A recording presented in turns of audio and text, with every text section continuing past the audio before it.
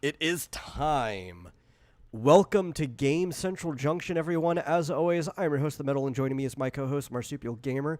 We're glad to have you all here. Please share it out with a bunch of other people, social media, at least one other person. Come on, do your due diligence. Get one other person in chat if you can. But if you happen to like the show at any point in time, want to give us a premium chat for any reason, you can give a donation to streamlabs.com/vomitorium live. Really helps us out. Not necessary, but is appreciated. But we got a lot to talk about today. There was a PlayStation State of Play. Was it yesterday or the day before? I don't remember what actually happened. I think it was yesterday. I think it was just yesterday. So? Yeah.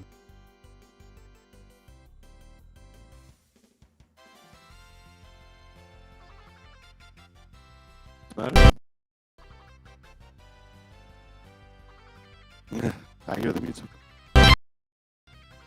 Ooh. Yeah, my microphone just cut out for like no reason. I had to unplug it and reset it. Yeah. Oh. Okay, now I hear you. I hear you too, but you're coming out very scratchy for me. Oh, am I on the wrong mic, maybe? I don't know. Possible. No. Right one. Think. Testing.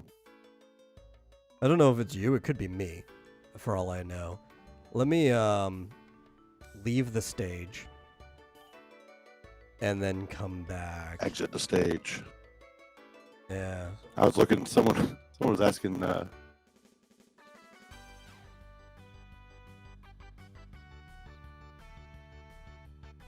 only is it not his birthday, but he's also 93. No, 93. Okay. I can hear you again. I don't know. You're still crackly on my end. I don't know why. Maybe I need to leave the stage. I don't know. Maybe. Let's try that. Rough starts.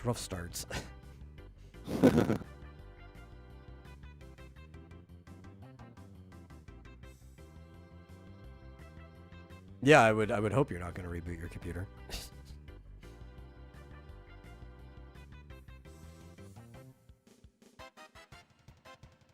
Yeah, while we wait for that, though, like I was saying, there was a state of play that happened. We're going to be going over it. I do have a whole list of everything, which we will get into the second that he comes back. Yeah.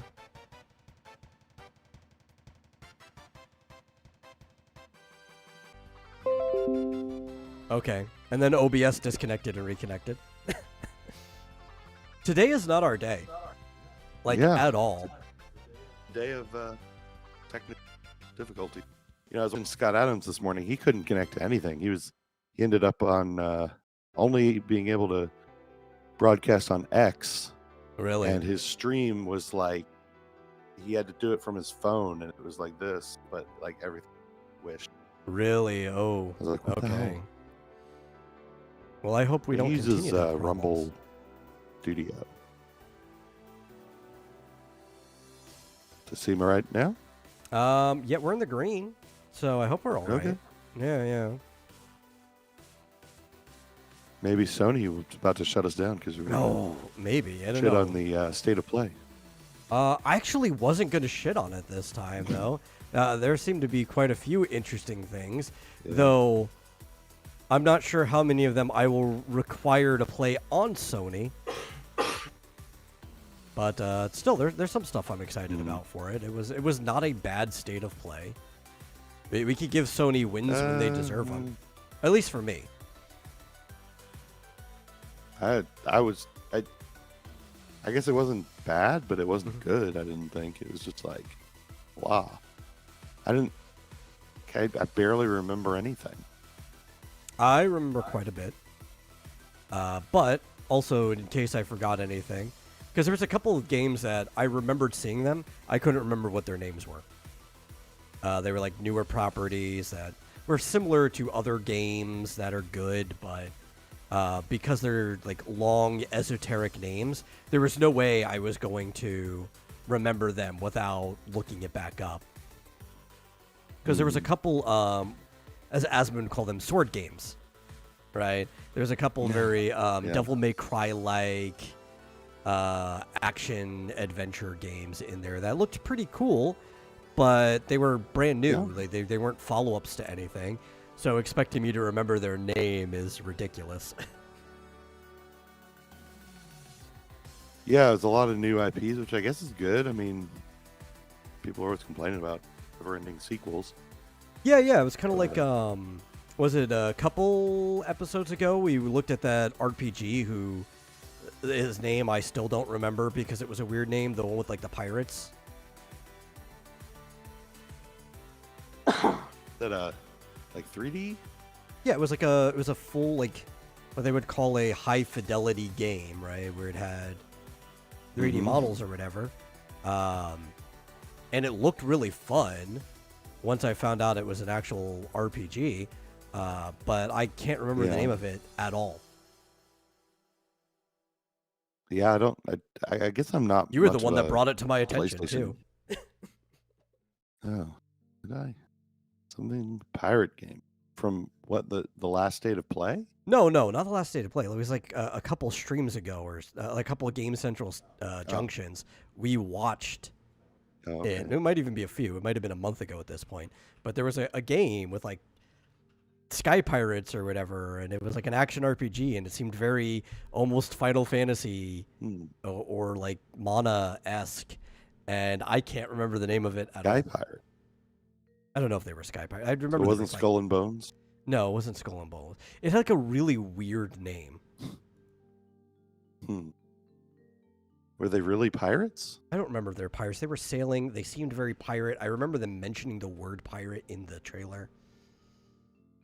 Okay. I don't remember this at all. Completely lost. Skies of Arcadia? The best RPG about old. Sky Pirates ever made? But I do like Skies of Arcadia. That's a good one. Sky Ocean's Wings for Hire? I'm trying to remember the name. Like, I wouldn't even know what to Google, really. There it is. I found it. I just typed in new turn-based RPG. It was at Claire Obscure Expedition 33. Which, I don't know if they were referring to themselves as pirates or somebody else. They had a ship. I remember hearing the word pirate in there. They might have been fighting a pirate, for all I remember. We talked about this like a couple weeks ago or whatever. I remember now, yeah. I guess I didn't think of it as a pirate game. That was just one of the things that stood out to me, but it's a high fidelity, that's the term they like to use for this stuff. Turn-based RPG. But that was an example of a really, really weird name that you can't expect me to remember, because I didn't remember. We had a few of those in this state of play as well. Oh, good night, Spoons here. Well, how you doing? And by the way, if you want to pre-order, I'm just going to call it Expedition 33. It's 10% off right now on Steam. I think just shorthanding it to Expedition 33 is probably going to be easier than trying to remember the Claire Obscure part before it. Yeah. Yeah, I don't know. It just showed them on a planet or something. Yeah. Goodnight Spoon says, I just rewatched the Super Mario Brothers movie. Substantially less good on a second viewing. I would concur. I mean, I was pretty critical on the first viewing that I had, but my criticisms held up on the second viewing. No, well, I bought the 4K Blu-ray. I liked it so much. I think I saw it twice in theaters, and I've seen it 2 or 3 times on the 4K Blu-ray. I don't think it's Maybe a bad I movie. Watched it once on Netflix. Which we've talked about several times too. I think it just suffers from a lot of Illumination syndrome, being the studio that made it. And there's also a couple like nitpicks of like this just doesn't really hit Mario. But if you're just trying to capture the spirit of it, it does like feel like Mario. Yeah, I do. I didn't like the music. Like, why not just? There's so much Mario music. I know. Like, not even like bleeps and blips from the NES era. That was my biggest there's complaint. Genuine, composed, full-on songs in Odyssey and Yeah. you know, Or like, why Galaxy and Take On Me when Dave Wise's DK Island Swing is such a perfect song? They could have just put that in there. yeah. And like, why have Jack Black come up with a new song? Like, there's so many songs. Just use what you've got. It would have saved them money. Not that they needed it. It's what now? Well, what is it? Second or third highest grossing animated movie of all time. But yeah, highest like, grossing video game why? movie. Yeah. Which, funny enough, bringing that up too with the Kongs, I told you, but I never mentioned it. Dave Wise follows me now. I don't know why, but it's cool. I'm not going to complain about it. Composer from Donkey Kong Country. It's nice to know he's got good taste. Indeed. Yeah. But yeah, there's all kinds of nitpicks. This isn't a show to be talking about the Mario movie, and we've gone over it so many times on the other show anyway. You don't need to go over it again. But I'm sure we'll have plenty to criticize on the next one that they make when it happens, or if, as Goodnight Spoon brings up, they somehow shoehorn Beastie Boys into the Zelda movie. God, I hope not. That one Is seems Illumination to be, doing that too? No. That's a live action one by the director of the Maze Runner movies. And he seems to be taking it very seriously and trying to actually make it feel like the game from what he said in interviews. So I'm guessing at most it's going to be orchestral music that comes from the games. So. Yeah. I mean, geez, like Mario, I mean, as much as there's plenty of songs from Mario, nothing compared to Zelda. Holy crap. I mean, the only thing I think that rivals Zelda two things that I know of would be probably Dragon Quest and Final Fantasy. Oh, no, actually, if you go deeper into Mario, I think Mario actually puts Zelda to shame. But if you've only ever played, like, the main Mario stuff, I could see that argument. The problem is Mario's just a bigger franchise that has a lot more music to pull from. What else is there? And, even, like, Super Mario RPG, which has music written by Yoko Shimomura, who also does, like, the Street Fighter 2 soundtrack, the Kingdom Hearts soundtrack. There's some, like, really strong songs in that, in all of the RPGs. Mario, just as a franchise, has more to pull from than Zelda does. I doubt that. I have it. I mean, I was actually just watching a video on Zelda music the other day, and they were pointing out how the main, I guess, I don't know if it was the Hyrule Field theme, one of the themes in one of the main songs in Ocarina of Time was it, and I didn't really pick this up, but it was basically a mashup of the original Zelda theme and the Zelda 2. Well, yeah, they did that overworld. consistently throughout the Zelda series, where there's a lot of them that are mashup. One of the cool things about Twilight Princess, I remember, was actually making it to Hyrule Castle and hearing the Link to the Past Hyrule Castle theme orchestrated into it, which they did again in Breath of the Wild. Yeah. That's just a statement throughout it. But you know what? They do a lot of that in Mario too. Like it. But I said you have to be very deep into Mario to appreciate it. But all the starting songs were composed by the same person. Koji Kondo did both Mario and Zelda. I believe he did Metroid at the start too. Like all of this stuff was just Kondo at the start. He was very prolific. Yeah, but he wasn't the main composer of Zelda 2. Yeah. However, the composer did incorporate a lot of the themes and sort of progressions from Zelda 1.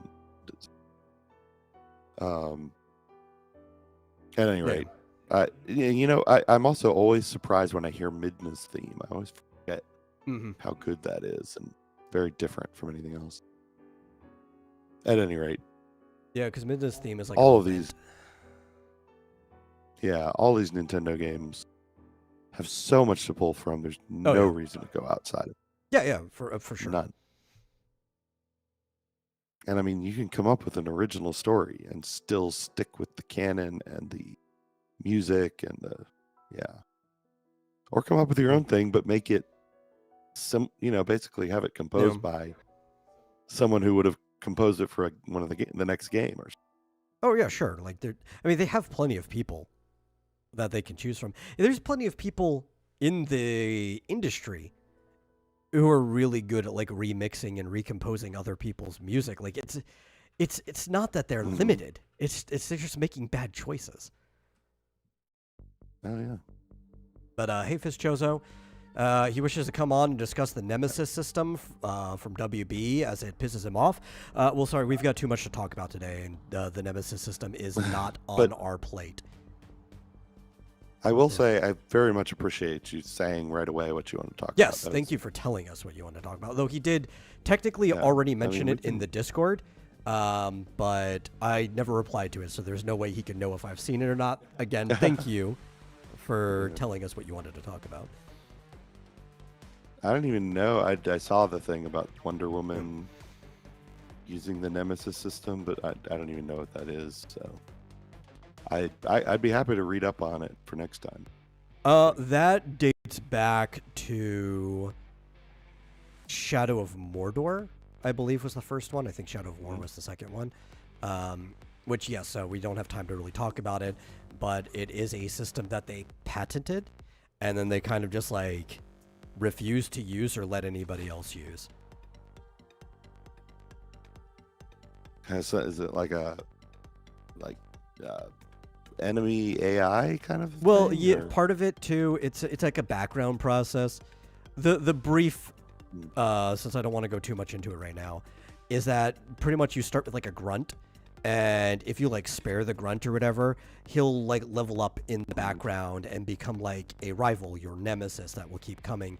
And you can kind of like sort of raise a grunt into a general and change the trajectory of like the enemies of the game that way. At the time, it was actually a pretty ingenious thing because other games weren't doing it. And then they decided that they were going to basically get a foothold on it and not let anybody else use it. They actually, I believe they struck down a couple other games that were trying to do a similar thing. Yeah, and it seems like, I mean, if they're improving it, then, well. Yeah. I'll have to look into that, but thanks for bringing that up. We have to talk about the state of play. He also brings up that Avowed just came out, and from what he heard, it's on the same level of quality as Outer Worlds. I know absolutely nothing about the quality of Outer Worlds. I know what it is, but I've never watched any gameplay or care about it because Outer Worlds looks like a dumb game. I saw Asmon playing Avowed for like 5 minutes, and then I just tuned out because I didn't care. Avowed also just looked like a dumb game. If people enjoy it, cool. It's a game for you. It's not for me. Yeah, well, it kind of goes back to what I was talking about before in that I don't think very many of the... I guess what the state of play includes third-party stuff, right? Yes. And some of this stuff will not be limited to just PlayStation. Yeah. But I don't... I think that sort of these... I don't know what you call it, the sort of premier games on the PlayStation, like I'm not interested in any of them. They're just not my type. But I mean, there were a couple of things that caught my eye as I'm going through sort of what was in the state of play. Yeah. I've got the whole thing in front of me too. Big name. Yeah, not like the big name thing, but you know what I was most excited about. I'm trying to remember what you were most excited for. What was it? I could tell you. You could tell me.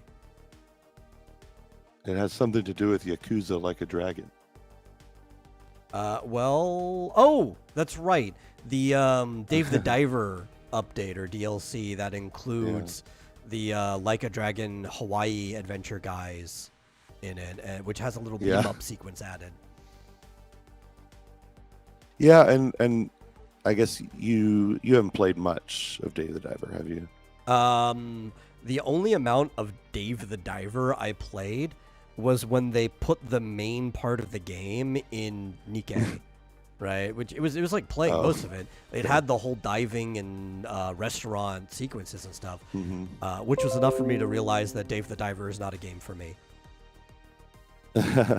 Well, what's weird about it though is that they have these little, they've added these little sequences that are completely different, and I'm like, did they really like?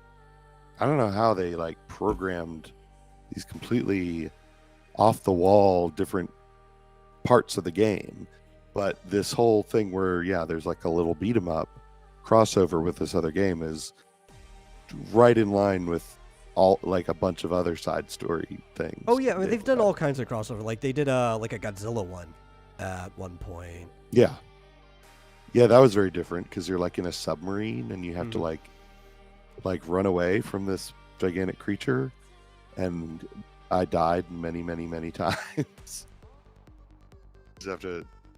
You have to be like perfect in some areas. I think it's really cool that the team wants to do all these crossovers, whether it's bringing stuff to their game, whether it's literally putting their game in other people. Because until they mentioned that it was coming to Dave the Diver, I just assumed they were announcing that Dave the Diver was going to be in Like a Dragon, like they've done with some other games. But in many ways, this is cooler. But yeah, it's really neat. But there's like these stealth missions that you have to do. There's one where you like sneak into like an underwater sort of evil lair base thing where you have to like hide behind boxes and avoid the guards and stuff. It's kind of like a Metal Gear kind of a stealth thing. And then there's another one where you have to like walk through this cave, and then you come across these pirates or something, and then there's like a boat chase scene where you have to get away from them. So it's like, I don't know how they do this, like have completely different gameplay modes essentially. I guess they just program it all. But this is right in line. I guess there wasn't any like beat 'em up sequence, so this will be a little I think that is new different. to Dave the Diver from what I've seen. So but you could basically put like any pixel genre as a side thing in Dave the Diver, and it would kind of fit with the game at this point. Yeah, I'm just curious from a programmer standpoint. I'm like, you'd have to program these parts. Work completely differently from the main It's like game. adding an entire module to the game. Like, it's like, we basically made another game, Bizarre. but we put it into this game. Yeah, I mean, other than some of the animation, and they would have had to do completely different animations too. Oh yeah. Well, I think the models are even different from what I've seen. I mean, they're pixels, they're sprites, but they're not the same scale as Dave in the water. So. Right. Yeah. And there are, there's a section where you have to like go to the restaurant and serve customers. So it does have like animations of him walking around. But like, I don't think there's any punching. So they'd have to animate all this stuff. And then it looks like his buddy, the guy with the little shop on the boat, comes with you. Maybe you can play as him. So that's pretty cool. Mm-hmm. I would actually put that on the list of some of the one of the bigger announcements that happened there, in general. Hey, Mike. I've got a list of like 4 or 5 things from it that I think were actually impactful announcements across the board, and then there's some things that it's like you're either into it or you're not.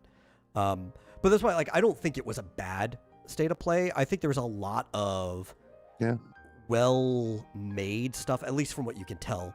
There was at least one thing that we had no idea what it was because they only showed cinematic, no gameplay. But it's so early that maybe they don't have gameplay to show. Yeah, the Saros, I believe, was the name of it, which... Yeah, it looked cool. Yeah, and I kind of have like an idea of what the gameplay is going to be because it's from the people who made Returnal. which is like a very roguelike sort of Right. game. So it's probably going to be in the same vein as Returnal. Mm-hmm. No, they said it was a spiritual successor, Yeah. so almost definitely, yeah. But that's the only one we really don't know too much about. We just only got a cinematic. But from what I've seen, it looked like everything was of quality. It didn't look like they snuck in Yeah, any like I didn't. stupid stuff. Yeah, I didn't see. Yeah, this is the story of a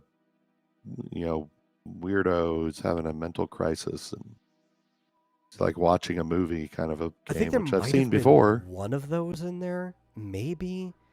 I only because I vaguely Oh, remember hearing Asmund talking about that, but I don't remember if I was like watching a different well, video and merging it in my head. there was the Split Fiction, I believe, from the makers of It Takes Two. Yeah, and that didn't look bad. Yeah, Yeah, that I one that mean, seemed fine. Yeah, okay, it there looks was a very little Mega bit of Man, Tron ripoff looking, yeah, but yeah. there's a little bit of two girls helping each other get through life, kind of a thing, but it just looked like cutscenes, and then most of the gameplay looked really cool. It was like Yeah. 2-player. I guess you have to have 2 players, and it's cooperative, getting through obstacles and stuff. So very Portal 2 multiplayer-esque to me. I think the only thing that was a little too whack for me, I'm sure there will be people who enjoy it, but it like even I'm like, that doesn't look interesting. And I play a wide variety of games, was Dreams of Another. The new Pixel Junk series. And that was the one where like everything was made of like floating loose pixels, and the dude had the gun, and as he shot the pixels, they would form into things.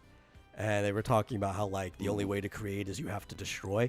That they even said that there's no actual combat. It's just like the gun is there to interact with the pixels. Like it's a very artsy fartsy game. I'm sure it'll probably do well for some people, but it just it's not doing anything for me.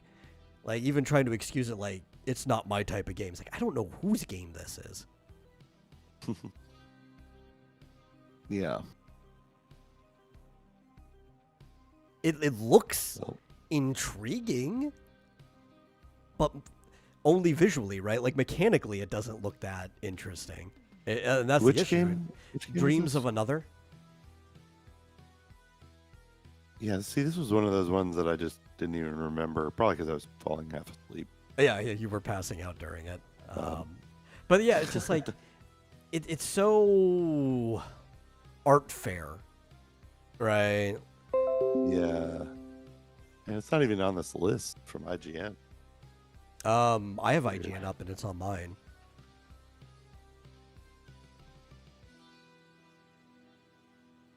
Okay, yeah. Somehow I completely. Oh, okay. I didn't realize that's what that was called. That's the one where like didn't it show like shooting, and there was like yeah, it was like everything was made of made up pixels. of pixels, or yeah, and there was a gun, and and it was just like, why give me a gun if I don't get to kill things? Like yeah, it was kind of interesting. yeah, It was it could turn out to be like jazz, like the next jazz punk, right? But who knows? Yeah, right. I kind of like these games that are thinking outside the box, and they're just kind of like I do too. very different from anything else. But a lot of times their trailers are really bad at selling them, right? Like I thought Jazz Punk was stupid until I watched a friend play it. And then I'm like, oh, it is still stupid, but it's stupid in a good way. Well, hell, I thought Animal Crossing looked stupid and boring until I actually played it. And then I was gone for the next 1,000 hours. But yeah, it's weird. You shoot into this mist that's made up of like balls or pixels or something, and then it congeals into like a door. Very interesting. So I think of everything, those are the two games I would put at the bottom of the list, is Split Fiction and Dreams of Another. Yeah. Yeah, well, I could see Split Fiction. And the problem with that is What if you don't have another person to play with? Yeah. Is it going to have AI? Because I know you could play. I don't know. What was that game? Army of Two, I think might have been the name of it. Which was like one of the first co-op-ish games, just like for PS3, where it's like the whole game was designed to be played co-op. But they did have like an AI that would do it with you. The problem is certain sequences were so time perfect if you were playing with the AI. Like it sucked. Yeah. Just go get a friend. Yeah. Dreams of it. There was another wacky game that actually it seemed cool. I think wacky fully fits in the favor of this game, and that was Darwin's Paradox, which was that kind of like interesting octopus game. Do you remember that one? Yeah. I do. I didn't quite catch like what the hook was, except that you're an octopus. It just seems like one of those kind of like mixed genre exploration, like kind of like puzzle platformers in a way. Interestingly, it has some elements that kind of remind me of what's that game I was playing the other day? Inside? Inside, or thinking of the other one. The dark Limbo? one with the kid. Oh, Little Nightmares? Limbo. Yeah, Limbo. Well, any of those. Yeah. I was getting that type of vibe. This is what I'm saying, like puzzle platformer. Yeah. Which are what those games kind of are, where you have to like use the environment to solve like a puzzle. I was immediately getting that type of vibe from it from watching it. It looks like it's a little more than that. Like it's got different sequences, but that does look to be like the core from the trailer. Yeah. You're kind of trying to get different levels of, I don't know, I see like some moving platforms and things that you have to, and I don't know what kind of abilities. I guess the squid seems to have some sort of ink ability where you to get away from things, but yeah, it's interesting. It's a lot more colorful. Escape a food factory. The octopus needs to make sure he doesn't become food. Oh, is that where he is? Yeah. You're right. Shows him like crawling behind a seminar on cooking, I guess. Which is another reason why it gives those same type of vibes, because all of those games are somebody who is like an underdog in a situation has to use the environment to try to escape from things that want him dead. Yeah.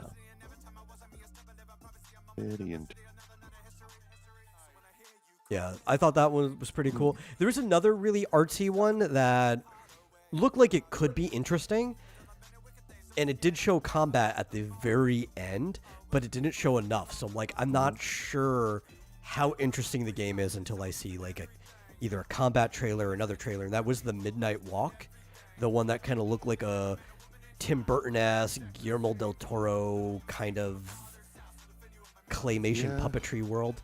It intrigued me, but I just did not get enough actual gameplay from it to know if I want to play it or not. Right. Again, I can't find it on the page. It's very strange. Yeah. But it apparently it is actually made using stop motion, right? So they made all of the models and scanned it in and everything, and yeah, and I did kind of like that sequence where there was like some kind of creature that like opened up its face, and then you like hit it and it spun around and then ran after you, and it was like really strange. Yeah, and he's got like some type of almost like firework cannon or something that he can attack, but it's very slow. So it looks like very methodical combat at all. It's called the Midnight Walk, Fizzo. And it looked interesting. I just, from the trailer in the state of play, there wasn't enough for me to know whether I want to play it or not. It's it's creepy. It's kind of like Neverhood, but in more of a horror genre. Yeah. I could actually I mean, I could bring up some of these. People know what the hell we're talking about. Might as No, but I loved the aesthetic of it. Mm-hmm. Here, let me actually let them see this. Mm-hmm.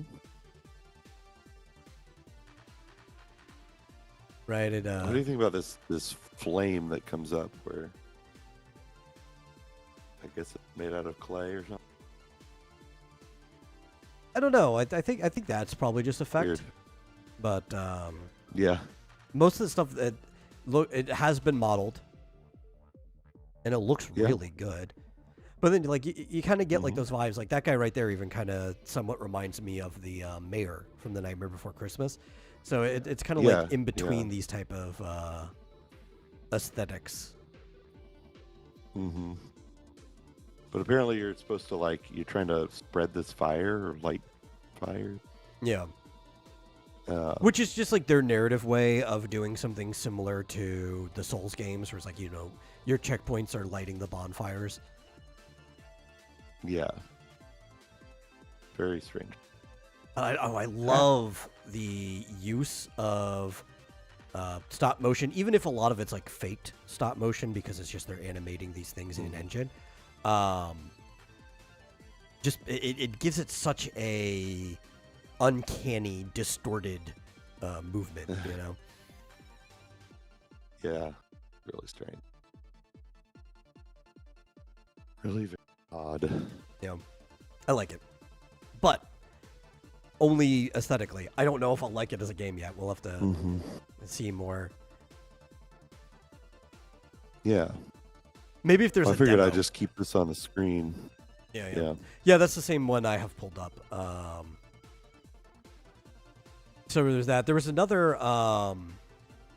in the same vein. There was, since we were talking about horror things, something I guess with similar aesthetics. Lies of P is getting a DLC, that was here. and it's a prequel. From what I was reading, is that it's actually going to show you what happened prior to the game. So that's pretty cool. Lies of P, oddly enough, which I guess when you're another company who has all the benefits of looking at these other games, might actually be the best Souls-like game. Better than the actual Souls games, because it was able to take a step back and do things that like the Souls games won't do. Yeah. There was Asmongold was lamenting there was no Bloodborne in this. Yeah. You can still play Bloodborne. It was a Yeah, PS4 game, like you could play that on the PS5 right now if you want. True. Yeah. I don't think I've ever played Bloodborne. Well, there's a clown. So that's scary. Oddly enough, Is this DLC? yes. Overture. Sorry, what were you? Yeah, I was gonna say. So the original Lies of P was very, very Souls-like in the combat. At least the beginning. I didn't watch all the way through the end, so I don't know if the combat started picking up like this.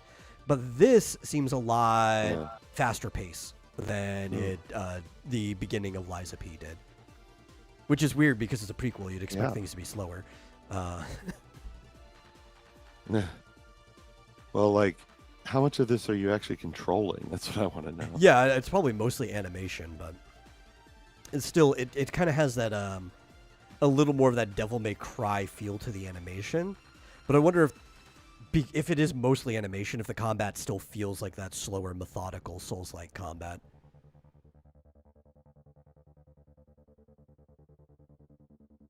It doesn't look slow to me. Well, it was the animation was fast. But I guess also if you're not used to those type of games, because you played Elden Ring, right?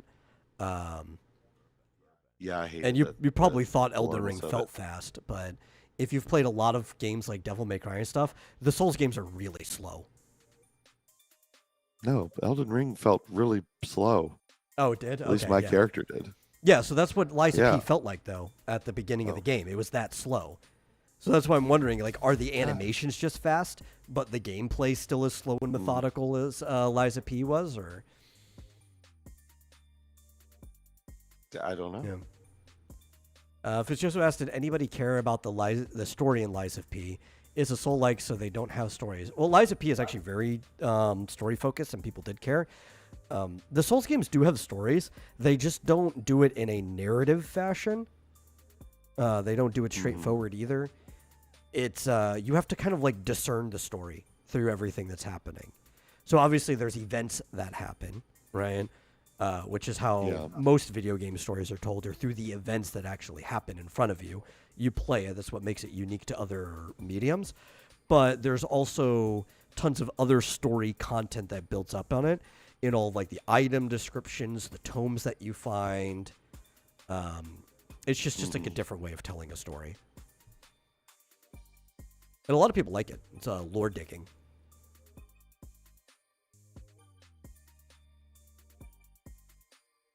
Well, I never played it, but it looks pretty cool. Most of my experience was watching Asmongold play it. And he was getting pissed. Well, yeah, I mean, again, I don't know if it's just the type of character I was trying to play in Elden Ring, but it was just everything I did was so ponderous and just like, how am I supposed to dodge when it takes like 5 minutes just to swing my sword? It felt like it was so slow. Yeah, especially if you play like the heavier, like a greatsword style in those games. You're pretty much just relying on souping up all your attack, and then you're dodging for like 5 minutes straight until the boss goes into like basically a cooldown state. And then you do like your big heavy swing, and then you're back to dodging. It's not actually 5 minutes straight. I'm exaggerating, but the boss will do like 10 animations before you get to attack.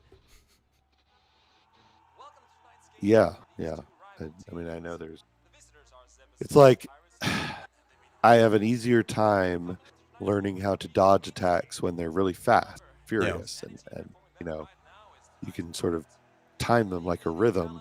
But when it's like the boss is like, wind up and they randomly, determine the length of time, and I gotcha, and you're dead. Yeah.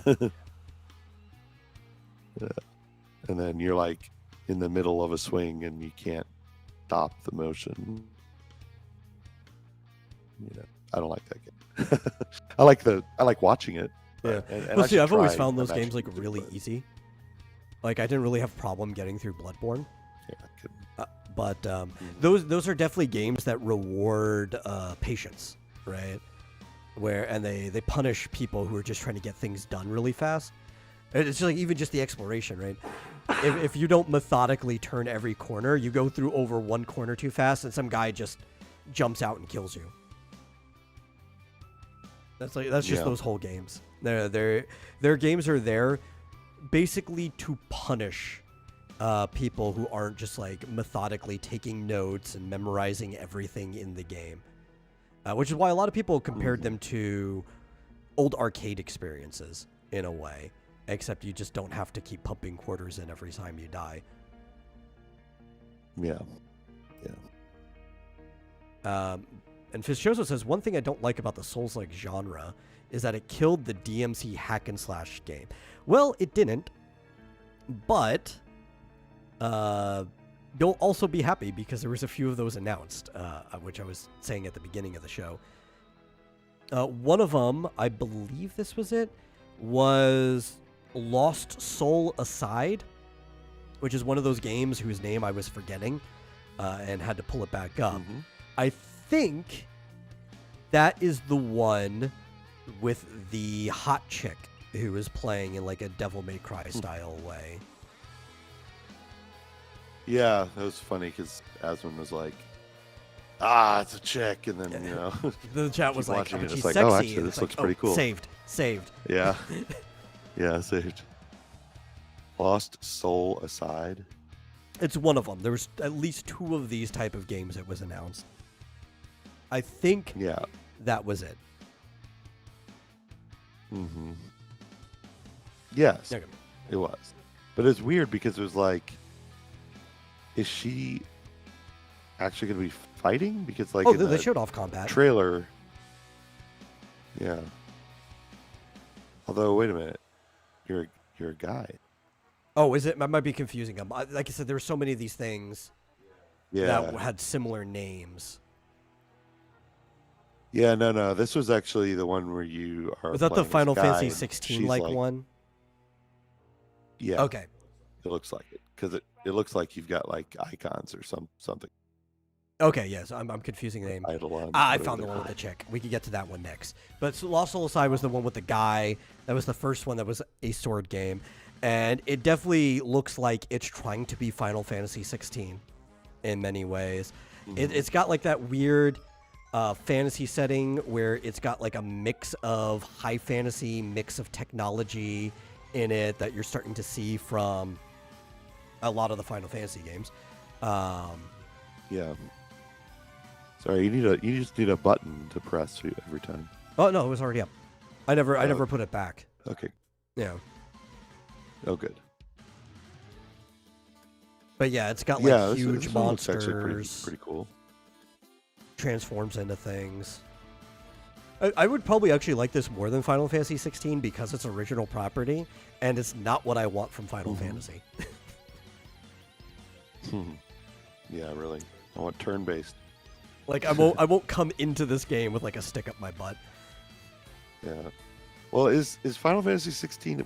Is that considered Devil May Cry style? Yeah, it's very Devil May Cry. They actually brought in the combat designer from Devil May Cry 5 to make the combat in 16. Okay. Because I hear you say that a lot. Obviously, because Jozo mentioned it, I don't really know what that means because I never played Devil May. Yeah. But I kind of get it because I played some Final Fantasy 16 and 15. Yeah, 15 is not as much that, though it's trying to, I guess, be somewhat in the same realm. But a lot of 15's design was by the Kingdom Hearts combat designers. But then, like, Kingdom Hearts has been progressing closer to that Devil May Cry style over time. But like if you take 16 or if you take like Bayonetta, right? You've played Bayonetta. Bayonetta's a Devil May Cry style game. Is that like really fast? I don't think I've ever played Bayonetta. Oh, I thought you did. I don't think so. Oh, what? I like the look of it, but I've never actually played it. It's a really fast-paced, combo-heavy hack and slash game. Okay. I don't understand why. I mean, okay, so it's just running around and swinging your sword and dodging stuff. Why is that specifically? I mean, that seems to have existed before. No, it's not that it's specifically. It's almost like plenty of other games. It's a subgenre, right? So, yes. And I think I've explained this before. I have to like walk things back. All of these kind of come out of the beat 'em up genre in a way, but also just out of the action adventure. They're all just action adventure games. And frankly, I think it reminds me of like Metroid, you know, some like at least the Mercury Steam Metroids, where there's a lot of, you know, sliding under and turning around and slashing and jumping. It's all 2D, but still. Yeah. So there's the point of like how the genre that we call like the hack and slash, but these days I call them more of like the combo system hack and slash games, right? Because they are like a big emphasis on all the combos. You kind of had like a divide in two different directions that action adventure games went for combat, and they kind of start with Ocarina of Time. And one direction takes you kind of towards where the Souls games went, which really just take that combat from Ocarina of Time, and it really focuses on like the methodical one-on-one aspect of combat, like Link fighting the Lizafos, right? And that's what like the Souls-like games really focus on, and they make combat like really punishing, right? It's like any one hit is a big hit for you, so you're trying to not get hit at all. Meanwhile, you get over to Devil May Cry, God of War, which God of War in many ways is also kind of like a take on what's happening in Legend of Zelda. There's a lot of like push puzzles, a lot of dungeon crawling, but a lot of fights in the dungeons itself. And it's focusing more on combo chains, the combat itself being just like this fun beast of itself. Like, this is the main focus of the game. It takes these action adventures and it turns it more into like the weapon style of a beat 'em up game in 3D. It's actually almost like the 3D version of a beat 'em up game. And it includes like the verticality of combat gets added in later. There's like jumping, knocking people into the air, slamming them down, chains in the air. And you start to almost see like a divergence in almost the philosophy of what you're doing in combat in these games. So it's not even that it's inherently a Devil May Cry game. It's just the original Devil May Cry and the original God of War both pop up around this time, and they kind of share a subgenre that we call the hack and slash game. And when we're talking about hack and slash, this is what we're talking about. And I think hack and slash is a fine title. I've used it many times. Devil May Cry is just like one of those games that you can easily point people to and they know what you're talking about. It's not me. Yeah. But yeah, it sounds like they've integrated a lot of the sort of fighting game stuff, like from Mortal Kombat, in terms of, juggling in the air and dodging. Which even all that comes from the beat 'em up genre originally too, right? Yeah. God Hand is also in there. I love God Hand. That's a great game. I hope it comes back. Clover is being opened up. It's a Clover Studio game, so it's by the same people that make Okami. It's actually made by the same guy who helped make the original Devil May Cry and who made Bayonetta later. It's a Hideki Kamiya game. Oh, slight aside, by the way. There was a scene in that Transformers 1 movie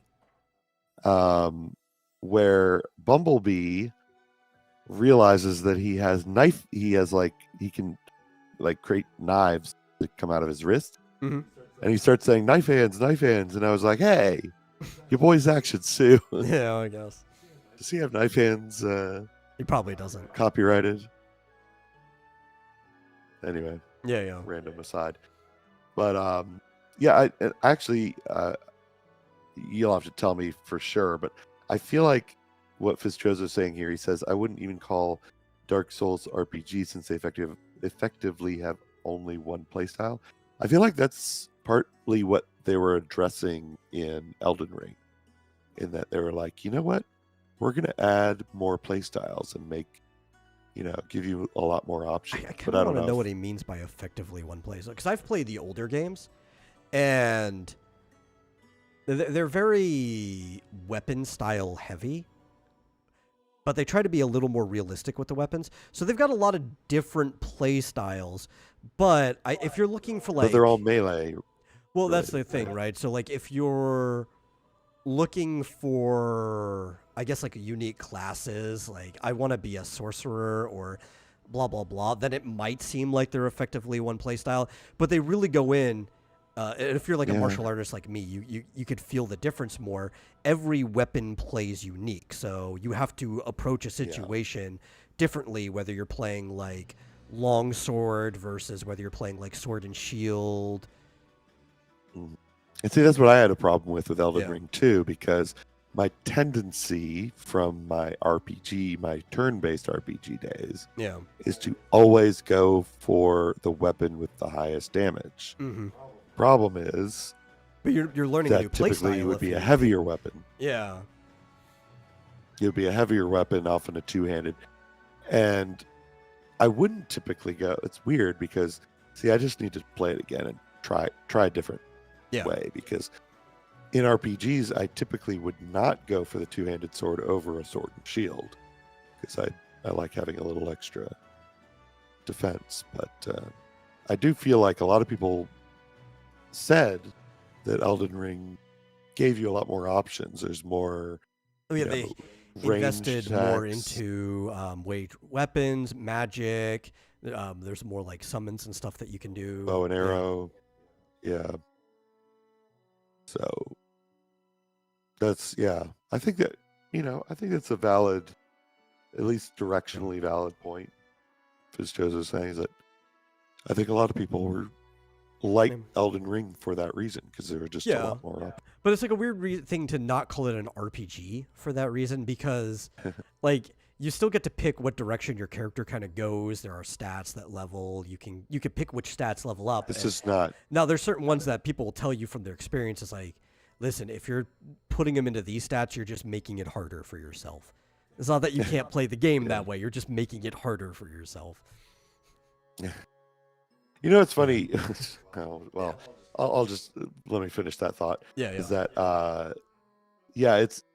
it is an RPG, but it's not unlimited. It's like, I know Fitzchozo's always asking, well, why can't I, I don't know, do anything like throw down my sword and shield and build a rocket ship to the moon in Dark Souls? It's like, I don't know, because they couldn't program every possible, I don't know.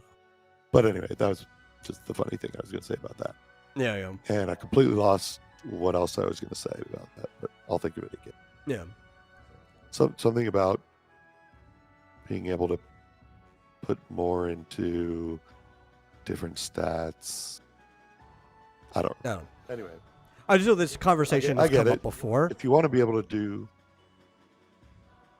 And I think the...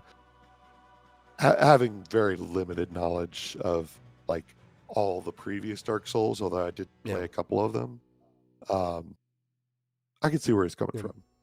Where it's like, okay, if you don't like to be that kind of character, those aren't the games for you. But I do like that they give you more options in Elden Ring. And I keep saying it. I got to try again and try different options. Yeah.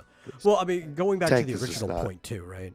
On why, like, what is a Devil May Cry game versus this conversation has come up several times, because there's been a lot of times where people are like, oh, that's a Souls-like game, when it's really not. It's like a faster hack and slash game, but they're like equivocating it to a Souls game. And I've always brought up, like, no, that's more like Devil May Cry. And unless you actually know the difference between that game, that statement that I make probably just doesn't really matter at all.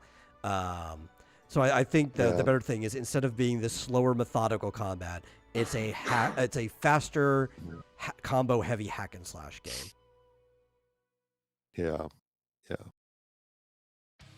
Yeah, and I didn't really know what a Souls-like was until I played Elden Ring. Yeah, and I kind of got a better idea. It's the emphasis is on these one-on-one combat. It's slower. You're really having to strategize and figure out their moves, exactly when to dodge, exactly when to strike. Yeah. And with occasional, like, you'll be confronted by a horde of things or 2 or 3 things at once. Yeah, it's all about finding attack windows, which is why it feels a lot like Ocarina of Time. I always bring it back to they're doing that, like, Z targeting method. And it's like when you fight the Lizafo for the first time in Ocarina of Time, you're zoomed in, and you realize you can't just attack these guys. They will block what you try to do. You have to wait for an attack window, and you only get like one shot, and now we're waiting around for the next attack window. That is the type of game. Yeah, you have to, because funny, I played Ocarina more recently. I don't remember when. It was a couple of years ago. And I go up to those alphas, and just like the Stalfos or whatever, slash. It's like, oh shit, they're blocking everything, and they, get me. Like, oh right, hold the shield up for wait. It's hard to switch your mindset into waiting. Yeah. Well, if I take the same thing, it's not that you're not looking for attack windows in some of these other games.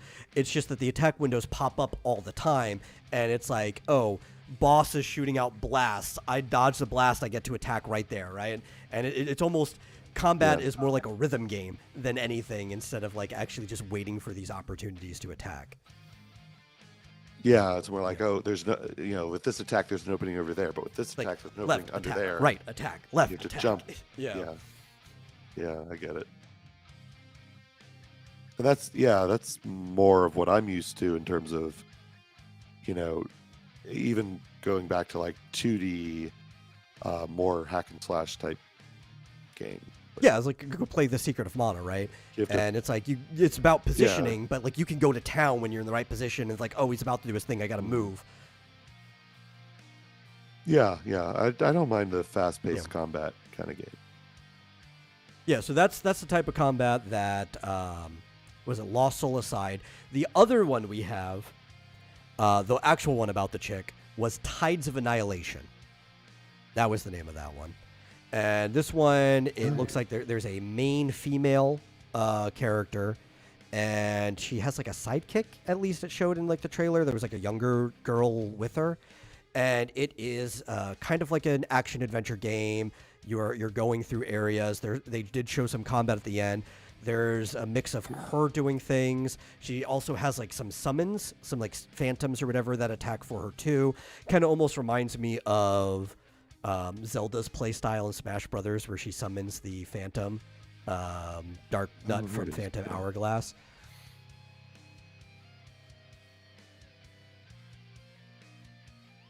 This one was later in the state of play. This is the one he was talking about. It's like, oh, there's a chick, and then it's like, oh, but she's sexy. Yeah. Yeah. We're saved. Yeah. It's another sword game. And the combat actually looked pretty good from what I could see. It was big arena boss fights where it has you like dodging different like attacks. It had ground indicators and stuff. It's you know. Who is Eclipse Glow Game? I don't know. It's the first I ever heard of him. But she's got like a little Red Riding Hood sidekick with her. Yeah. Well, I call them action adventure instead of just action. It's not like they have puzzles. Most of these games do have puzzles in them, though. They often don't show them off in the trailers. But when they are more in that Devil May Cry genre, or even like the old God of War, they all have puzzles in them, right? Oh. You know why this star's a sexy chick? Why? Because they're based in China. Ah, yeah, that makes sense. This is a Chinese game. Let's back up first. Well, and the Chinese love their Devil May Cry-like games. Almost every single Chinese company like I've been playing games from, they have that fast, snappy combat that you expect from those games. Look at that. Yeah. Man, this thing looks awesome. Man, talk about what was it? What was that game I played? Titans. Oh, Shadow of the Colossus? I was getting some Colossus, mad Shadow of the Colossus vibes from some of those scenes. You see, like, she's got the summon fighting with her, and it's got that aerial combat. Like, this looks pretty fun. Shit, who knew China was... Yeah, look at that boss fight. Look how fast it is. Yeah, you can see where it's a laser in two different directions. It was baffling me for a second there, where I was like, "Wait, this protagonist is hot." Yeah, like she looks fantastic. Like, where in the United States is this company? Oh, it's not. Yeah, that's why. It's like, where are you allowed to make a game like this? In China, of course. Apparently, how crazy is it that you have more freedom of, I mean, you do have the freedom to make whatever game you want, but to have the budget to make a game like this, you have to work for this company that will not, well, maybe they will again soon, but in the past has just been like, no, you can't. Can we make, you got to make her ugly and fat. But the other pushback too, even if there weren't specifically puzzles in it, I would still call it an action adventure because adventuring is part of the game. You saw like this scaling and stuff. It's not a mission game where you're being shoved from fight to fight. You actually do have to like traverse the world. You have to scale the side of objects and stuff, which the scaling looked good in that game though. It didn't look like it was just climbing for the sake of climbing. It reminded me of like the scaling in Shadow of the Colossus or in like a Tomb Raider game or whatever, where she's like going across a scaffolding or like bricks or whatever. And it seems to vary because some of the bosses were looked like they were maybe 7 or 8 feet tall. Some of them look like actual titans, skyscraper buildings. Yeah. Some were kind of in between. And Red Riding Hood. Redheads. You're allowed to have redheads in You games? are. You are allowed to. Well, especially like Asians love redheads. They just do. They love drawing them. They like I understand. They love blondes in their games too. I concur. That's actually usually how they tell the difference between foreigners, right? Like if somebody has blue hair, that's just a fun way of making black hair traditionally, right? You just don't want everything to be black. Right, yeah. But then if somebody has like blonde hair and blue eyes, it doesn't matter where they're supposed to be from. You just know that like, oh, that's a European. Or somebody of European descent. They could be American. Doesn't matter. That's why we use like blonde hair, blue eyes. If they're like red hair with green eyes too, it's like that's a non-Asian person. Yeah. Those regular size enemies. What now? Okay, what was that? Is that like a construct? Yeah, so that's what I was talking about. Where it reminded me of Zelda in Smash Brothers play like her kit. Because she can summon a Dark Knight that will fly at somebody like that too. I think that's just like the heavy hitter, like the like the Titan from Final Fantasy or like a Freet equivalent of the other things that we saw. Like there was an ice person in a previous frame. I think she has summons that fight with her. Yeah. Well, it kind of reminds me of what was it, Spirit Tracks, where Zelda could inhabit like a suit of armor. Yes, Spirit Tracks. That's where they took the move from. I said Phantom Hourglass before because Phantom was in my head, but it was Spirit Tracks. Well, yeah, you could control phantoms in Phantom Hourglass. Yeah. I think it started with that. Yeah, but they were specifically pulling it from Spirit Tracks because like the Ghost Zelda would often be in specifically a Dark Nut. Oh, right. Yeah. I mean, some of this combat reminds me of, I don't know what it just looks. It definitely, you could tell that Final Fantasy is an inspiration on it. From like the type of constructs and summons that are there. We just saw a guy who looked almost exactly from the way that like Odin right there is done in Final Fantasy. Yeah. But that's always the thing about these Chinese companies too, that they wear their inspirations on their sleeve. They don't care. And to some degree, that's cool, you know? Yeah. Amazing. Oh, you're like falling out of a building? Oh my god. Man. Fischoso says in South games like Asians this again. and Hispanics don't show up in Japanese media at all because they aren't visually pleasing to them. That's actually not true. There's tons of Hispanic characters that show up in Japanese media. A lot of times they're very stereotypical. They just make them look beautiful. They do. They make them look very beautiful. There's was it a light novel or whatever? There's one that's really popular right now that I think is getting an adaptation about like a foreign exchange student who's a Latina that the main character is involved with, like a very tanned Latina. It was controversial for a bit, but there's also like one of the most famous ones is Chad from Bleach is Hispanic, and Chad's a great character. One of the main characters. He shows up throughout the entire series. There's a lot of them. But when they get like super stereotypical, which a lot of people sometimes they like their cultural stereotypes and love it when other people use it, like the Tosteritos in Odyssey, people loved those, right? Mario wearing the poncho and the sombrero. But there's like a really famous one from, was it G Gundam? The kind of like fighting tournament Gundam. I think it was G Gundam. They're the Neo Mexico. It might have been, or Neo. I think it was Neo Mexico. Because everybody had left Earth really, except for poor people. So there were Neo versions of every single nation. The Neo Mexico guy had like a sombrero, and had like windmills on his Gundam itself, just a big Mexican Spanish stereotype mech. But it's great. Like everything is stereotyped in it. Neo America is just as great. Yeah. Yeah. What about South Asians? Yeah, like they happen a lot too. Stereotype. Well.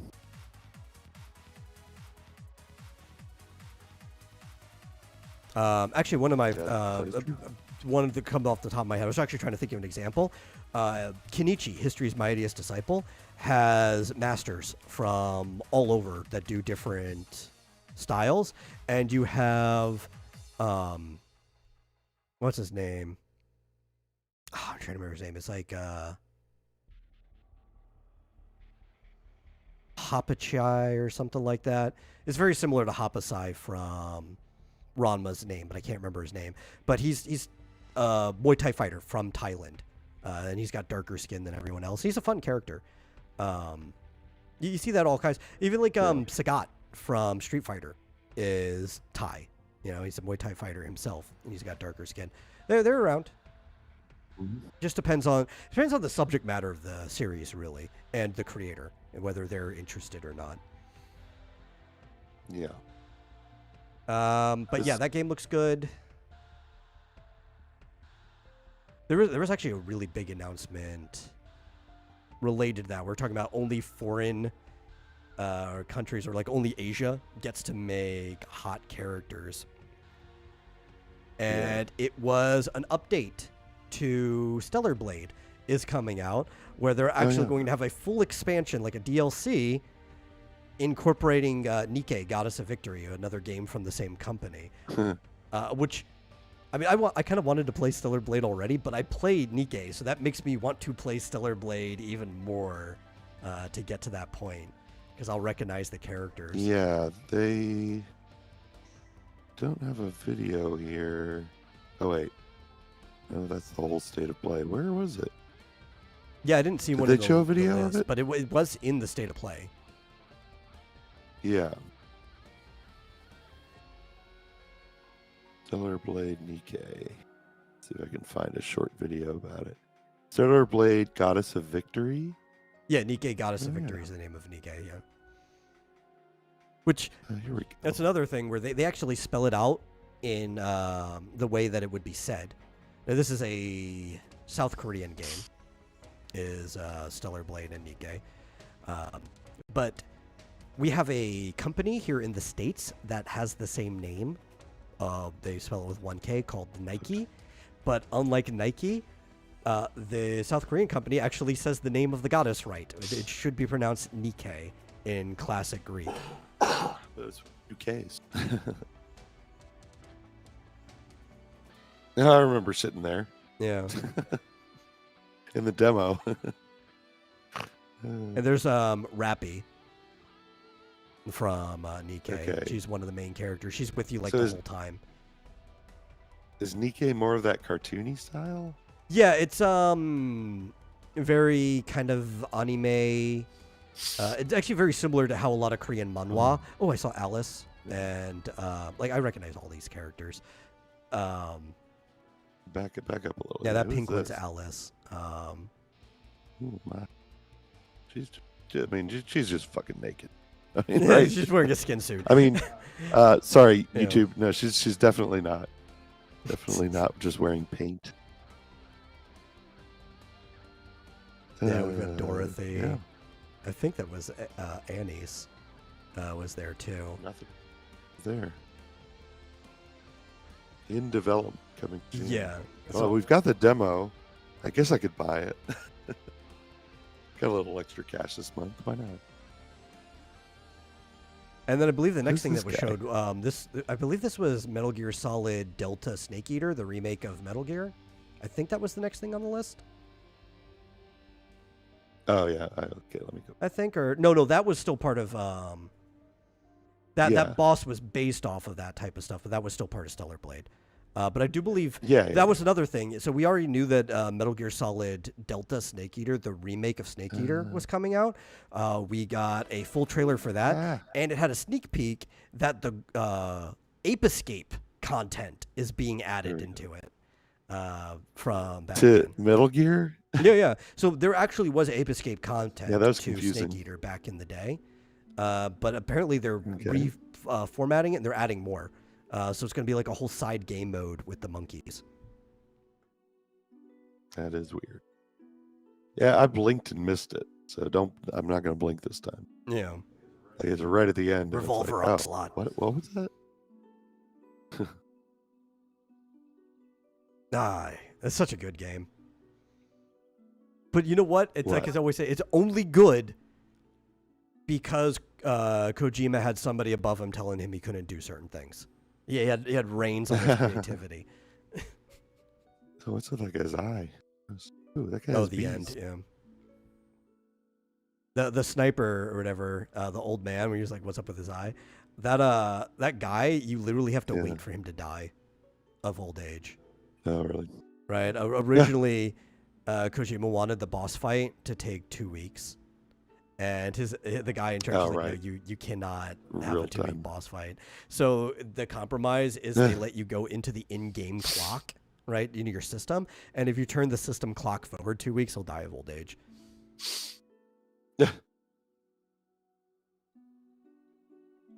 There's a lot of cool things about it, like the whole Psycho Mantis fight in Metal Gear, where you have to like unplug your controller from slot 1 and plug it into slot 2 so he can no longer read your mind. But it's cool that they let him have access to your memory card. So there were certain games that obviously they pre-recorded the voice lines for, but if it noticed that the game was in your, like a save file was in your memory card, he would mention that game. It's like, oh no, he is reading my mind. Yeah, I was like, what the hell was that? Ape Escape. There's actually a really cool scene from the end of the Ape Escape content where, if you go back to the original, not in this, where Snake is talking to the Snake Ape. And there's like a whole conversation. They're taking it as serious as possible, but it's funny because the ape, while Snake understands him and we have subtitles, is just making like monkey sounds the whole time, like ooks and ahs and stuff. Yeah. But they're just playing it off like a dead serious scene, which makes it even funnier than it would be otherwise. I guess we're just a couple of snakes, aren't we? Yeah. It shows it says all Korean game companies are funded by China? That doesn't make sense. No, I don't think all of them are. There's definitely some that are. Like they have partnership with Tencent or whatever, if you want to consider funding from China that way. Yeah. But not all of them. No. But there are definitely ones that are. But I mean, there's American companies that are funded by China at this point. True. They're probably funded to make their games crappy. So yeah. We only buy Chinese games. Yeah. I remember when Garriott went over to Lineage, or he was working on Lineage 2, I think. Lineage Wasn't that a South Korean game? I think it might be. Do you have any? Was that done by Nexon? If it was, because Nexon's South Korea. I don't remember what Lineage is under.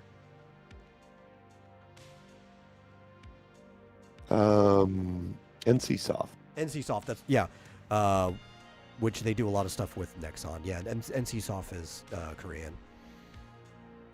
Yeah. Was that the original? I don't know. Yeah, but I'm excited for that. It's always good to see a wonderful, it looks amazing remaster. It definitely is higher fidelity, but it doesn't look like it's trying to lose the slight stylization of the characters. These are the type of games that you kind of expect you want more gritty, realistic remasters of, because they were trying to look that realistic back in the day. They were just limited from the hardware that they had at the time. Yeah. We actually have a few other series that are returning, and it's great. We saw that they are, I think they're porting the older Onimusha games. That was one of the things that they showed, but they also showed off of the new Onimusha as well, which looks great. Apparently some people aren't as satisfied with the combat. It's supposed to be a bit slower combat. You know, not everything is supposed to be this faster hack and slash game. We also need to see more of it anyway. But the characterization looks great. The world looks great.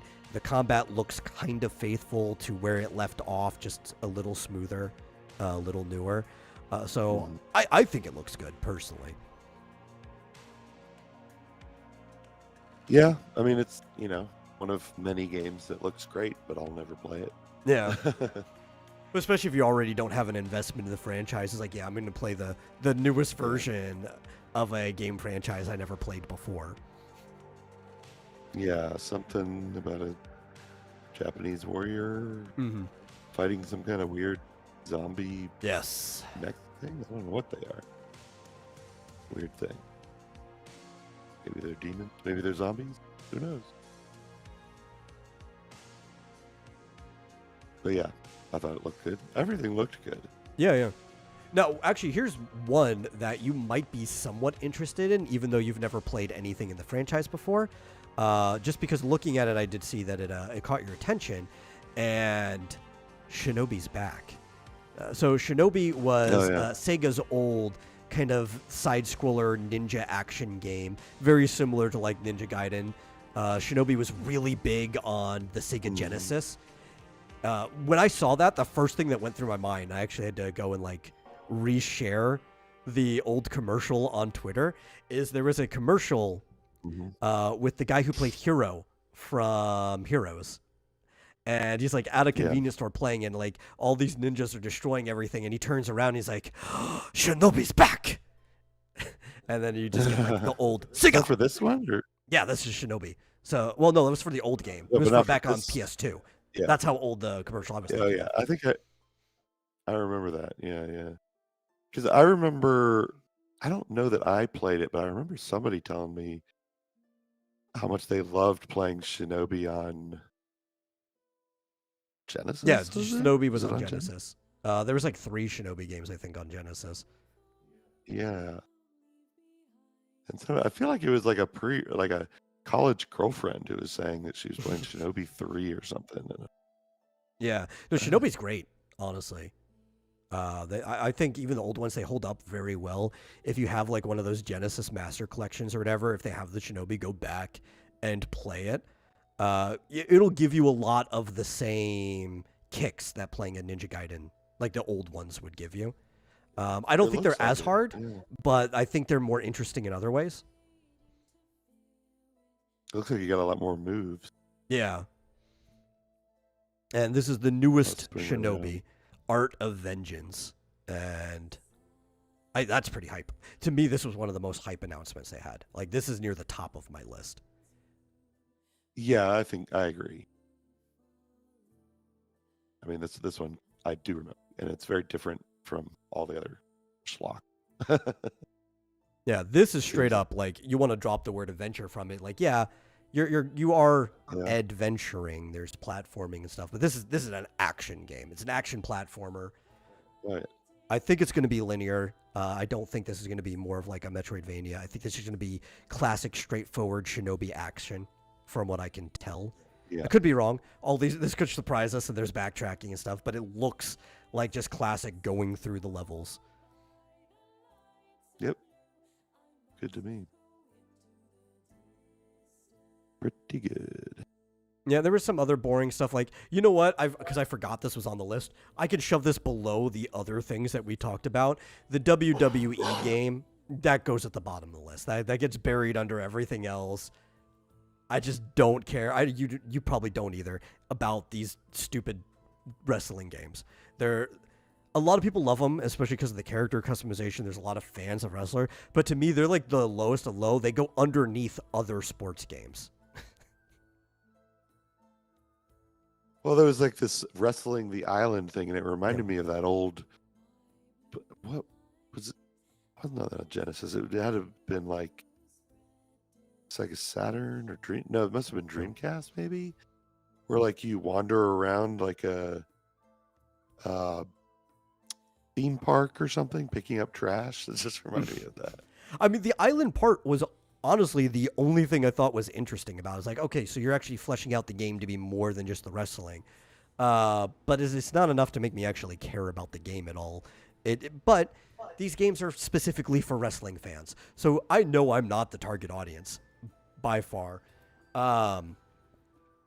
If I played enough of them to know if this was innovative or not, maybe I'd put it above a couple of the other things at the bottom of the list where I was like, okay, I know it's not for me, but it's for somebody else. I don't know if this is better or worse than the last wrestling game that was made. Like, I honestly couldn't tell you. This just gets shoved Well, under the list. They barely even showed the actual wrestling. It seemed to be about wandering around this island. I was like, is this a wrestling game or Yeah. I don't know what it was. It was almost like a Wii Sports Resort game. Yeah, it did remind me of that. Or like Nintendo Land, in a way. It's almost like worse. Like, a lot of like the show, the baseball series, they won't even show off the gameplay. They just like announce, oh, there's a new show, because what is there to show off? It's like these type of announcements to me are usually just kind of worthless. But I guess the island's kind of new, so if you're a wrestling fan, you've got something to look forward to.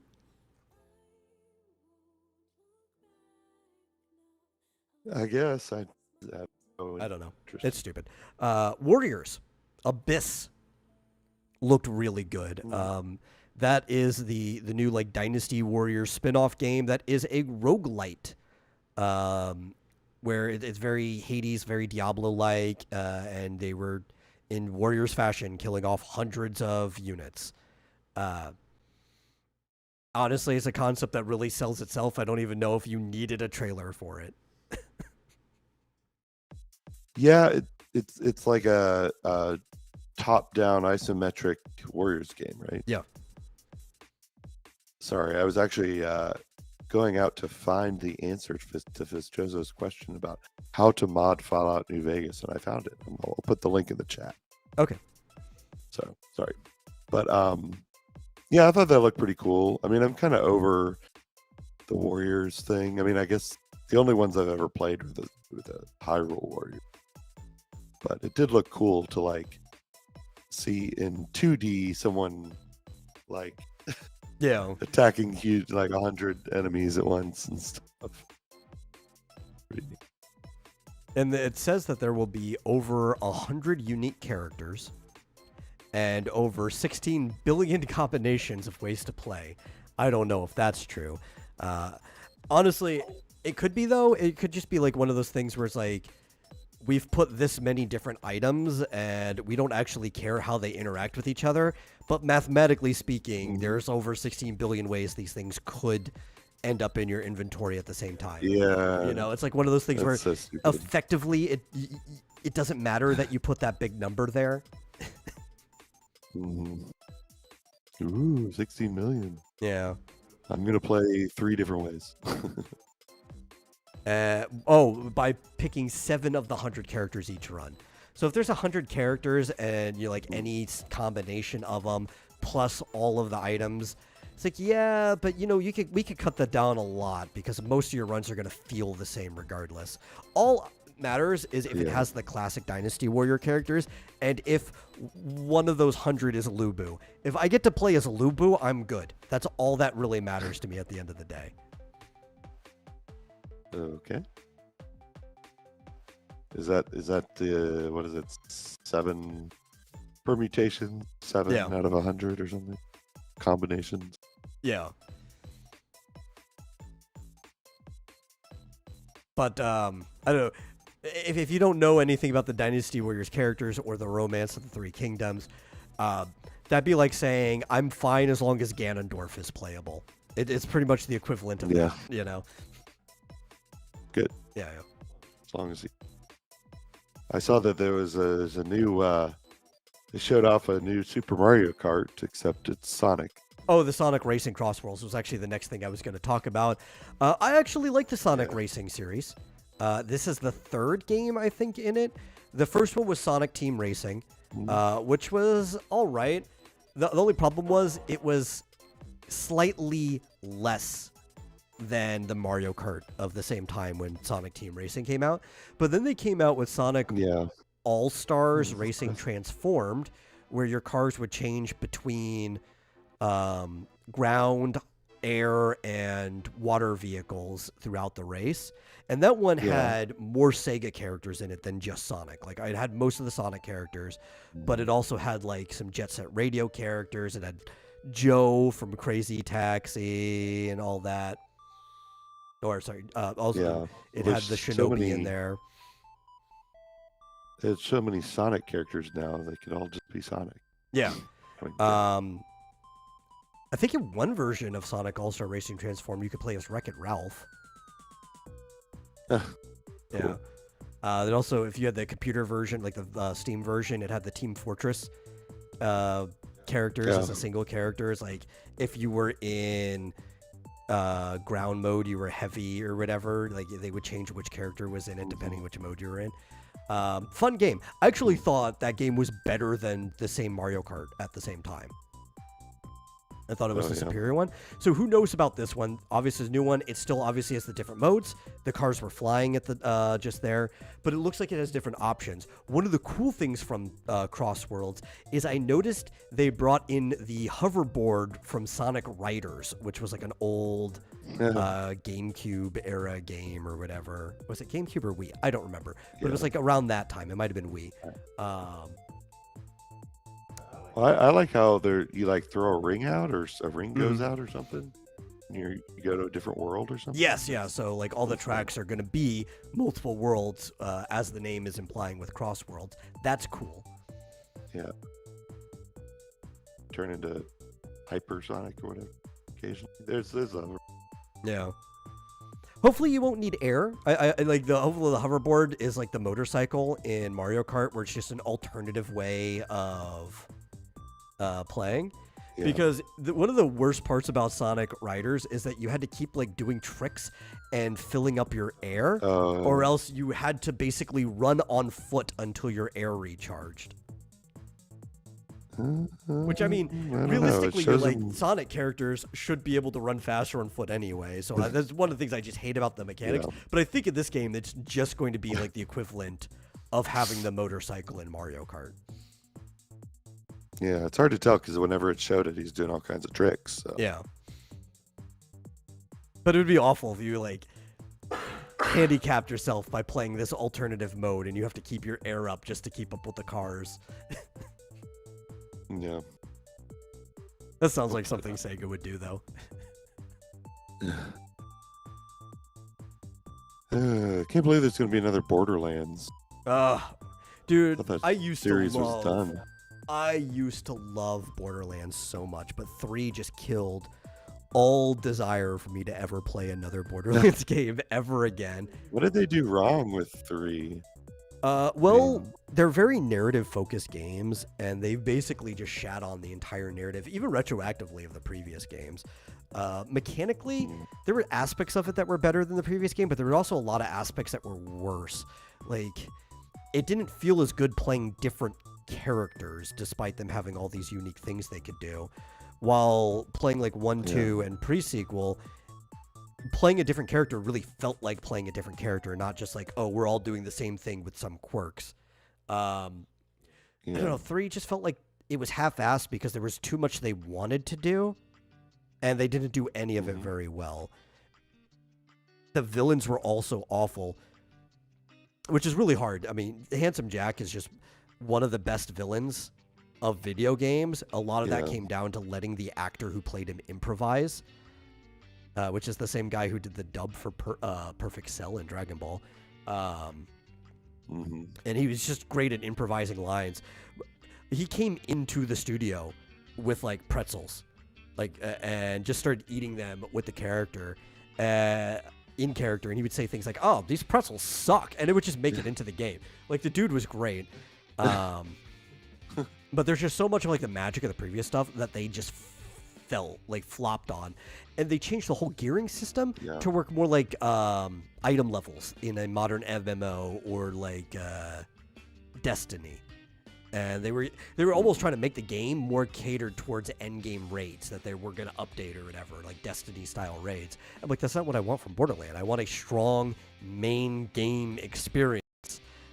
So they just would have to do something crazy to try to pull me back, and that trailer was not crazy. And to the point that I didn't even want to play Tiny Tina's Wonderlands, because I'm like, well, it's just made by the same people. Yeah, that's a shame. And I saw Randy Pitchford there on the State of Play, one of the guys pitching it, and it was like, no, Randy, you are the last person I want to see pitching your game. I think when we saw the first thing I said, it was like, man, I want to kick that guy in the balls.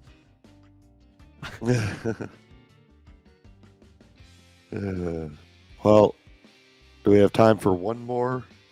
We have time for as many Go more as ahead, you man. want. What did you want to bring up? Do you want to look at the Five Nights at Freddy's, or is that? We no can. interest for There you was on? another one I wanted to bring up too, personally, that you won't care as What's much that? about, but we can look at Freddy's first. Nah, I'd rather just pick one. So, what do you Okay. want? I wanted to talk about the Digimon story Time Stranger, just because I am Oh, a fan yeah. of Digimon, and it's a JRPG. It's a turn-based RPG game. It's a follow-up to Digimon Stories Cyber Sleuth, which was probably the best JRPG the year it came out back in 2015. And this game has been in development hell maybe for the last 8 years. It's hard to prove how long it was, but the actual lead developer, the director or whatever of the game, was fired from the studio. So that's one of the reasons why it ended up taking so long. Okay. I did think this looked pretty cool. Yeah. Glad you. I completely forgot about it, but yeah. Yeah, and I'm a fan of Digimon, but I'm also more so a fan of turn-based RPGs. And I didn't get to play Cyber Sleuth, but I watched several playthroughs of it, and it is a very strong game. Luckily, a turn-based RPG, you don't have to feel it to know how good it is. You can tell the mechanics just from watching. Yeah, that's true. And I thought it was probably stronger than the last two Persona games, and it's kind of in the same subgenre of RPGs that you would probably put the Persona games. Of course, storytelling-wise, I always thought Digimon and Persona were in the same subgenre of storytelling. So it kind of makes sense to put them in the same subgenre of RPGs. Yeah. But yeah, there's strange things happening again. And you have to go and help rescue the digital world. We're seeing a lot of themes, a lot of Greek mythology themes being put in here, with some contemporary stuff, like obviously you see train stations and things that are very similar to the digital world. But it looks like Digimon are also busting out into the real world, so there's going to be a combination of going back and forth between them. And it's got a bunch of familiar Digimon. I know naming them off will mean nothing to you, but I probably could name every single one I'm seeing on the screen right now. Yeah. There's Meowth right there. Articuno, yeah. I recognize him. Yeah. From what I've seen, they do have almost like Pokemon-style starters in it, which was similar to the other one. You get to pick which one you want to start with. They have Gomamon, Patamon, and Demi-Devimon. So basically, they have something that can become an angel, something that can become a devil, and something that becomes a sea creature. Okay. But that fits because in Digimon, instead of having elemental types, there are three main types of things. There are vaccine, virus, and data type. So you get one of each of those to pick from. I see. Yeah. But I also noticed Interesting. in some of the shots that my favorite, Anjuamon, is going to be in the game, which they can't see unless I lower this down real quick, which I'm going to. Is that this one? Yeah, here we go. Is Anjuamon was in one of the shots. She's an angel, a very sexy angel who evolves or digivolves from a cat. Yeah. Was she in this trailer? I don't remember if I saw her in the trailer itself. I saw her in a screenshot, like a clip, but I don't know where else they would have gotten it from. Oh, wait, no, there was also a dev stream. So I think they might have gotten it from the dev stream. Oh, okay. Yeah. But my favorite is in there, so. Plus, you also got the standard. Cool. They have Agumon / the Greymon line, which was that kind of like Charmander guy that you saw with that turns into the T-Rex. Oh, okay. Yeah. Cool. All the standards. So for Digimon fans, it's going to be great.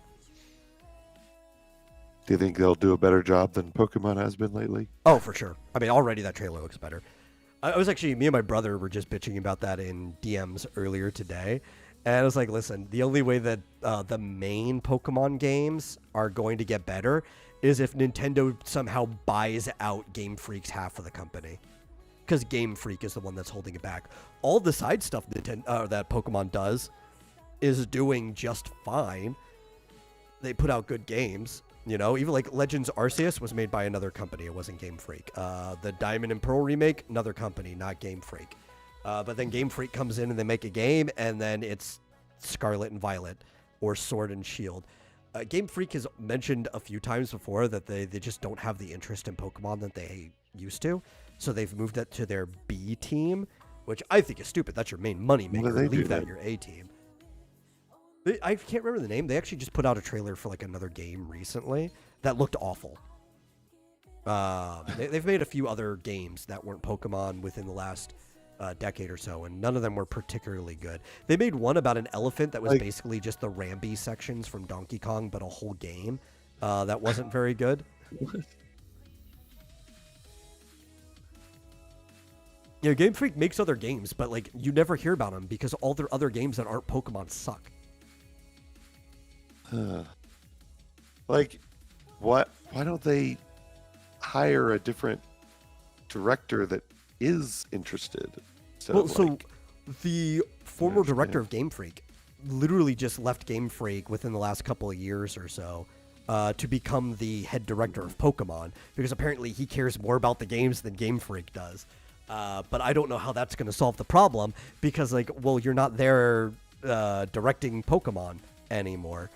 They're getting rid of the people who like Pokemon? Yeah. No, I said well, to me, I think that might be a plan of putting control of Pokemon more into the Pokemon company, and we just haven't seen fruition of it yet, because I think this happened after Scarlet and Violet came out. We'll see after the next main game, but yeah, it's Game Freak's what's been holding Pokemon back. Also, there was other news that we just don't have time to get into now because we were covering the state of play. Maybe we'll save it for next time. But Nintendo, maybe it's just been the Pokemon company, but Nintendo's half owner of it, has been filing patents in the US this time, similar to what they've been doing in Japan. I think they filed 23, and maybe one of them stuck. 22 of them, though, have already been thrown out. Because they're those type of like retroactive patents, and it's a lot harder to get that done in the US than Japan. Throwing a ball to catch a monster, which has been done in 10,000 Pokemon clones, and it's like, you're too late, man. You needed to do that back in the 90s. Yeah. Well, so apparently one of the patents were bagged, and it does seem like it's one of the reasons it's suing Pocket Pair in Japan. So it could be the one that you just described, for some reasons, the one that's stuck in the US. Yeah. That's crazy. I know. So I'll look more into that, and we'll talk about it next Thursday as one of the sections. And Pocket Bear has another game coming out, don't they? Is it? They do. No, they already did Craftopia. I don't know. They mentioned it. They've described it. I don't remember what it is, but I don't remember if it's coming out or if it's like earlier in development. I just remember it looked. Oh, Over Dungeon. Is that what it's called? Maybe. I think so. But it looks like a cross between Pal World and Terraria. It's like, hey, I guess it works, and you can just make it better. Not infringe patent. Yeah. But yeah, so that's the thing too. Like, everybody blames Nintendo directly, and it could. The blame could still go on Nintendo. Again, they're half owners of the Pokemon company, but I haven't looked into them to actually know if any of these lawsuits are from Nintendo personally, because you would think it's the Pokemon company that has to file these patents and lawsuits, or right? I don't know. It could be Nintendo. Everybody just says Nintendo. I've never looked that deep into this to know if people are reporting it properly or not. Yeah. That being said, though, Nintendo could stop them if they wanted to, so they're still equally to blame. Mm-hmm. I don't know. Yeah. It's a mess, but I mean, it seems like Power World's got a lot of money now, so Yeah. good luck. Nintendo has more, of course. Yeah, and as much as I like Nintendo stuff, my mentality on this is fuck them. Just make better games. Yeah. Which is sad because I'm already more of a sole Thing. customer. As bad as the Pokemon games are coming, I'd still rather play a Pokemon game than Power World. I have like no interest in playing Power World whatsoever. Well, I mean, they should hey, I mean, they should have thought of doing a spin-off that's kind of like Pokemon, but with crafting and maybe gun. Yeah, I don't. Should have basically done Power World. The thing is, the gun part of Power World is actually the thing that kind of turns me off. Is like I'm just not interested in Pokemon with guns. The crafting. The crafting part's cool. Yeah. Like basically, you could do a Pokemon game where you're like building a village or something, a craft thing. Yeah. Help you get a bunch of Pikachus and chain them up to a turbine or all the good Pokemon stuff that's third part right now is all third party. They should have just paid Pocket Pair to make them a Pokemon side game. That's what I would have done. Yeah. Totally. And just be like, hey man, it can't be as dark as Power World. And they'd be like, okay, we're getting paid to do it, so. And the way those usually work, I think, is that, basically Pocket Pair, I mean, they obviously have to follow whatever guidelines they're required to follow, but it's their game. They get the profits and they just pay royalties. So if it were just as successful, they could have made almost as much money, probably. Yeah. Wouldn't have gotten sued. But that's up to the Pokemon company. Oh, yeah. Well, they would never do that. But, I don't know. That's like, I don't like when any company does this, even if I like the games or the products of the company. I think it's really, really bad business practices for the industry as a whole. But, what can you do about it? What Nintendo being litigious like this. Oh. Right. Because it's not like they're actually protecting their property by doing this. This is more malicious than anything. Yeah. And especially, and here's the thing. We've always said this. Yeah. All these Nintendo fan games where they get DMCA'd, it's like, we've always said, oh, well, why don't they just change all the names, slightly change the game so that it's, not clearly an IP infringement, just release their own game that's just very reminiscent. That's exactly what Power World did, and they still got screwed. I know. It's like... people say it's a ripoff, but how is it different from a fan game where they said, you know what? Let's make it legal by making a few changes. I know. It's like you can't win for losing. I know. They're doing exactly... Like, I'm not the market for it, but plenty of people are. It's a very successful game. They did exactly what we said they should always do, and it just doesn't matter. And that's why it's like, I like Nintendo's games, but this is just not good for the industry. Doesn't even make sense. They linked to the wrong patent here. See, Shozo asked, is Power World even dark? It seems about as dark as your average Cartoon Network show. It's not like super dark, but it is a bit darker than they usually let Pokemon be. Like, there's some dark stuff in Pokemon, but it's all like subtext or hidden in the background. Like, they'll imply that like Driftbloom, or the bigger one, Driftbloom, kidnaps children, right, and they die, but they'll never outright say anything. It's all subtext. At least even from the trailer, Power World was darker than what Pokemon Company would normally do, just by like maybe a single age demographic.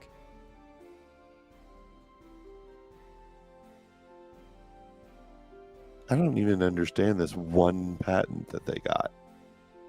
Like, it seems to be something related to the Switch, but I'm not entirely sure. I guess it's basically the idea of throwing out an enemy to fight another enemy, or throwing Yeah, out because it was like character. related to Legends Arceus specifically. Crazy. This patent is ridiculous. Yeah. It's so huge. It's got to be 50 pages at least if I were to print it out. Anyway, shame, Nintendo. Shame. Yeah. Oh, I see. They have pictures of a Dragonite for some reason. Interesting. Yeah. All right. Okay. Well, that way we went a little over. I wasn't actually planning on talking about that, but I had it in case we ended early, but we're over now. So thank you all for watching. If you enjoyed the show, please share it out with somebody else. Grow the audience bigger. If you happen to really enjoy the show, consider giving a donation to streamlabs.com/vomitorium live. It really helps us out. And we will see you guys no later than next Monday for Super Serial Showtime. Bye.